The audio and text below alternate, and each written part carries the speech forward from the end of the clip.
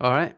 Thought I'd revisit another Pete Doherty interview today. And it's one of the more well-known interviews. It's the one where he went on Jonathan Ross back in 2006, maybe at the height of his notoriety in the national press. So let's watch it, shall we? And hopefully it won't get copyrighted. The last one we looked at on the Irish talk show, he's definitely like different on this one, and he's like not as coherent, but just sort of just on the right side of intoxicated, maybe. Let's say it's just quite comes across quite humorous for a lot of it. A bit of a bit of a comedy character.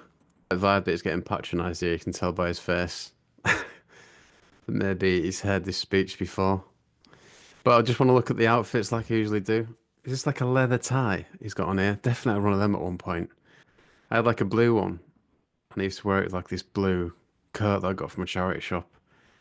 And I went on a night out once, and my mate's girlfriend said, "Did you get that in Oxfam in Beverley?" I was like, "Yeah." She's like, "Oh, that's my old coat." How I used to get into girls' clothes, I don't know. But yeah, different story now. But yeah, this is definitely a vibe I'd have copied back in the day, I think. I wouldn't have gone for, yeah, I did have a black blazer back in the day, but it was a pinstriped. And I think that was a woman's as well, but I cut the shoulder pads out. Strange times. No, it's like these interviews back in the day as well. He doesn't laugh an awful lot, does he? I don't know if that's because there's other there's other things at play in terms of what is induced. But it looked like quite hard to make him laugh back in the day. I don't know. It's a weird thing to pick up on, I suppose. But he said in an interview recently, reflected. I might look at that one as well because that's a more recent one. Obviously, this one's about what's this now? 18 years ago, getting up for 19 years ago. But he said recently that people's attitude towards his drug taking made him more determined to write songs.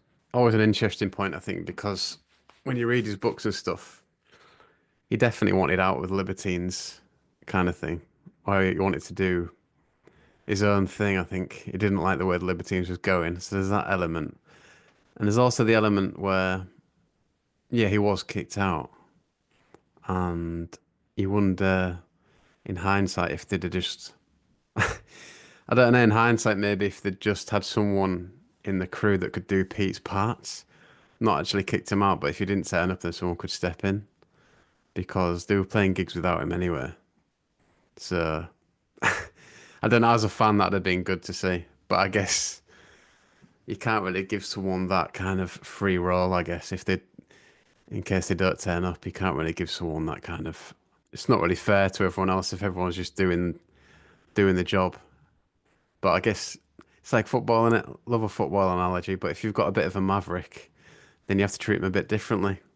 Um, I think it's just a selfish thing. Because I went to see the first time I saw Libertines was at Leeds Festival in 2004, and it was without Pete. It was with Anthony Rosamonda playing, and like just the idea of him, of just the idea of Pete turning up to that would have been unreal.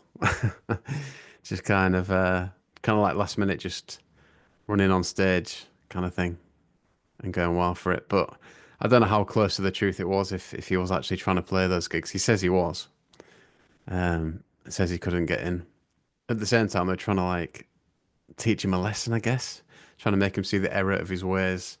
Maybe if like he couldn't play in the Libertines, it might make him reassess his decisions and realize that he's missing those opportunities for poor reasons. And like I say, I don't think he fully liked the full machine of the Libertines once it was like kicking into gear with the record label and stuff. Because at that point they would have gone massive if if Pete had stayed in the band at that point. I think they would have gone.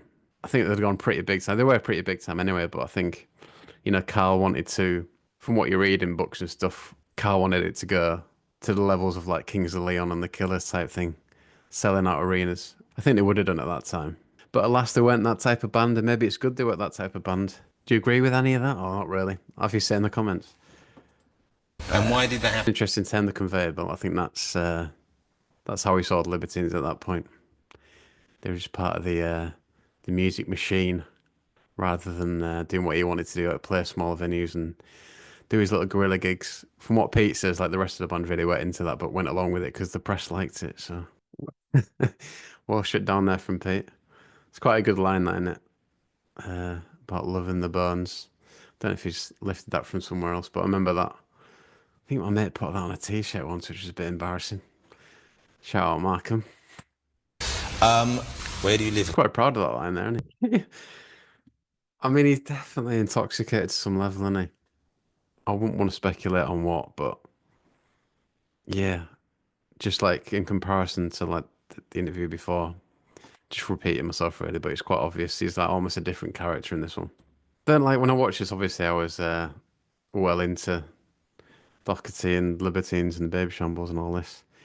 But if I was watching it as an older person now, if this was happening now and I was watching it, I would be quite skeptical about this person. Like I don't think I'd fully believe this character.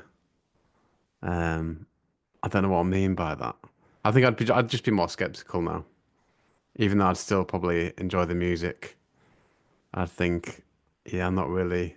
I don't fully believe what this guy's telling me. I don't think I'll believe that this is what who he is really. I don't know. Maybe another one that you can have you say in the comments. But yeah, at this time I was working in the bar on Friday nights, so I remember setting my VHS to record using like that code. You used to get a code in like the Radio Times or the TV Guide that you'd put in via your remote, and it would like somehow recognize that and record. So yeah, like extra info for you there. But I remember watching it when I got in. Couldn't bloody wait to watch it, to be honest. But yeah, what do you make of it looking back? Is that how you remember it? It's slightly different to how I remember it. Um, I thought he kind of like at the time just thought he was cool as, but now I don't know if it's because we've seen other interviews, but there is this, obviously a bit of a character being played here that I'm not sure I wouldn't have as much time for now watching it as an older person. It's good to watch back. It's like a historic thing, but I'd definitely be more inclined to watch a more coherent kind of Pete Doherty have an interview. But it's definitely not one of his worst, let's put it that way. But yeah, hopefully that made it to YouTube and hopefully it's not got copyrighted and all that. So yeah, have your say in the comments.